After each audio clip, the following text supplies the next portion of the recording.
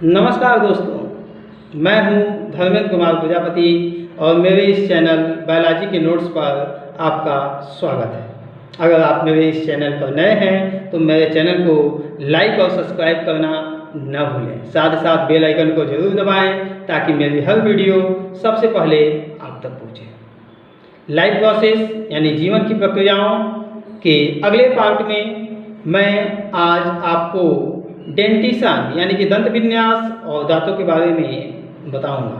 सबसे पहले हम बात करते हैं दांतों की कि टीथ कहाँ उपस्थित होता है, कैसे उसकी संरचना होती है और इसके कार्य क्या है। तो हम आपको बता दें कि हमारे मुख गुहा के अगल बगल जबड़े स्थित होते हैं। मुख गुहा में अगल बगल जबड़े स्थित होते हैं और इन जबड़ों पर दांत पाए जाते हैं।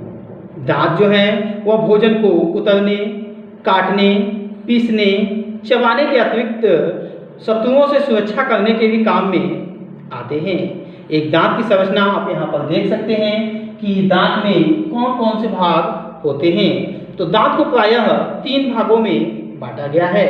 इसके सबसे ऊपर का भाग जिसे हम क्राउन कहते हैं, मध्य का भाग जिसे नेक कहते हैं और सबसे नीचे का भाग जिसे रूट के नाम से जाना जाता है।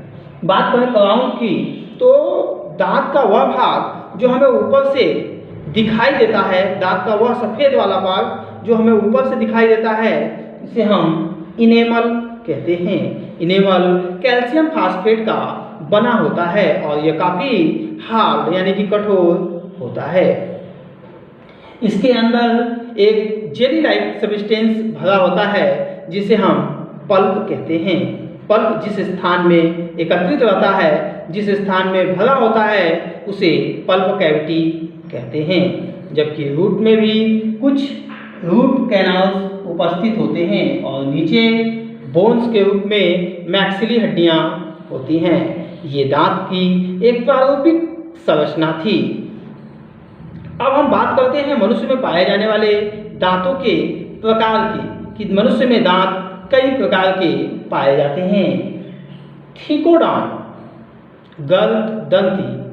हम आपको बता दें कि मनुष्य के दांत मैक्सिली हड्डियों के गड्ढों में, मैक्सिली हड्डियों के गर्त में पाए जाते हैं, इसलिए इन्हें थिकोडॉन्ट या गर्द दंती कहते हैं। जी हाँ, गर्त में या गड्ढे में उपस्थित होने के कारण दांतों को गर्द दंती कहते हैं। दूसरा है बाइफियोडॉन्ट, द्विबार दंती। नाम से ही पता चल रहा है मनुष्य के जो दांत होते हैं वो पूरे जीवन काल में 2 बार निकलते हैं, इसलिए इन्हें बाइफियोडॉन्ट या द्विबार दंती कहते हैं। प्रारंभ के जो 20 दांत होते हैं उन्हें मिल्क टीथ या दूध के दांत या दूधिया दांत या क्षीर दंत कहते हैं। ये क्षीर दंत या दूध के दांत बच्चों में निकलते हैं। जब बच्चे 6 महीने के हो जाते हैं तो बच्चों में दूध के दांत निकलना प्रारंभ हो जाता है और जब बच्चे 6 वर्ष के हो जाते हैं तो इनमें दांतों का टूटना प्रारंभ हो जाता है। ये प्रारंभ के 20 दांत दूध के दांत या दूधिया दांत कहलाते हैं क्योंकि ये टूटने पर दोबारा निकल आते हैं। प्रारंभ के 20 दांत दूध के दांत कहलाते हैं, जबकि दूध या दांत के टूटने पर वहाँ पर जो दांतें निकलती हैं उन्हें हम परमानेंट टीथ कहते हैं या स्थायी दांत। इनकी संख्या 32 होती है। कार्य, आकृति एवं संरचना के आधार पर दांत कई प्रकार के हो सकते हैं, इसलिए हम दांतों को विषम दंती भी कहते हैं। मनुष्य में विषम दंती के रूप में निम्न 4 प्रकार के दांत पाए जाते हैं।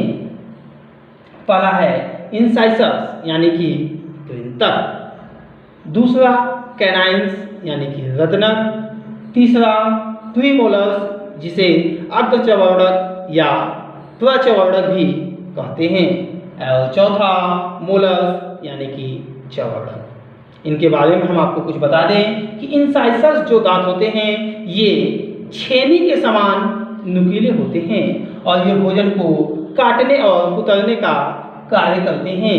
मनुष्य में, एक वयस्क मनुष्य में इनकी संख्या 8 होती है। 8 में से 4 दांत ऊपरी जबड़े पर और 4 दांत निचले जबड़े पर स्थित होते हैं।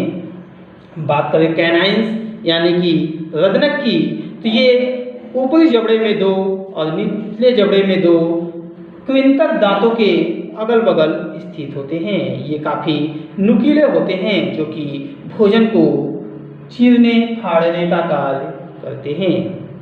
अब बात करते हैं अग्रचर्वणक या प्रीमोलर्स की। तो प्रीमोलर्स जो होते हैं इनकी संख्या 8 होती है, 4 अपर जॉ में और 4 लोअर जॉ में, और ये भोजन को पीसने का कार्य करते हैं। इसके अतिरिक्त जो चर्वणक दांत हैं इनकी संख्या 12 होती है, जिनमें से ये 6 ऊपरी जबड़े में और 6 निचले जबड़े में पाए जाते हैं, और ये भी भोजन को पीसने का ही कार्य करते हैं। अब हम आते हैं टीथ फार्मूला पर, यानी कि दंत सूत्र पर। दंत सूत्र कक्षा 10 यूपी बोर्ड के बच्चों के लिए एक अति अनिवार्य प्रश्न के रूप में है। तो आइए हम आपको बताते हैं कि दंत सूत्र क्या होता है और आप इसे किस प्रकार आसानी से याद कर सकते हैं और याद रख सकते हैं। टीथ फार्मूला, चूँकि हम आपको बताएं कि दांत 2 प्रकार के थे, दूध के दांत और परमानेंट यानी कि स्थायी दांत। दूध के दांत जो होते हैं इनकी संख्या 20 होती है। 20 दांतों में I 2/2, C 1/1, PM 0/0 and M 2/2 × 2 = 20। हम आपको बता दें I मीन्स इंसाइसर्स यानी क्विंतक। यहाँ क्विंतक दांतों को दिखाया गया है कि क्विंतक दांत जो होते हैं वह दोनों जबड़ों का जो अर्ध भाग होता है उसके अर्ध भाग में एक साइड 2 और दूसरे साइड 2, यानी एक जबड़े में दांतों की संख्या 4 होती है। रदनक दांतों की संख्या 2 होती है। प्रीमोलर्स बच्चों में या दूध दांत में अनुपस्थित होते हैं, जबकि मोलर्स यानी कि चर्वणक दांतों की संख्या 4 होती है, यानी कि दांतों के अर्ध भाग में 2 और दूसरे अर्ध भाग में 2, यानी एक जबड़े में दांतों की संख्या 4 होती है। और यहाँ पर 2 से गुणा किया गया है क्योंकि जबड़े 2 होते हैं, एक ऊपरी जबड़ा और एक निचला जबड़ा, जिससे कुल मिलाकर के 20 दांत आते हैं। उसी प्रकार बात करें परमानेंट टीथ फार्मूला की, स्थायी दंत सूत्र की हम बात करें तो स्थायी दंत सूत्र में I 2/2, C 1/1, PM 2/2 and M 3/3 × 2 = 32, यानी इंसाइसर्स दांतों की संख्या एक अर्ध भाग में 2 या दोनों भाग मिलाकर के 4 होती है। कैनाइंस दांतों की संख्या एक अर्ध भाग में 1 और दोनों भाग में मिलाकर 2 होती है। प्रीमोलर्स या अग्रचर्वणक जो होते हैं इनकी संख्या 2 यानी कि 4 होती है, और मोलर्स दांतों की संख्या 3 यानी कि 6 होती है। शॉर्टकट में इसे याद करने के लिए आप ऐसे इस प्रकार भी याद कर सकते हैं ICPM M ICPM = 2102 2102 यानी 2102/2102 × 2 = 20, जबकि परमानेंट टीथ में ICPM M = 2123 2123/2123 यानी 2123 × 2 = 32। Thank you.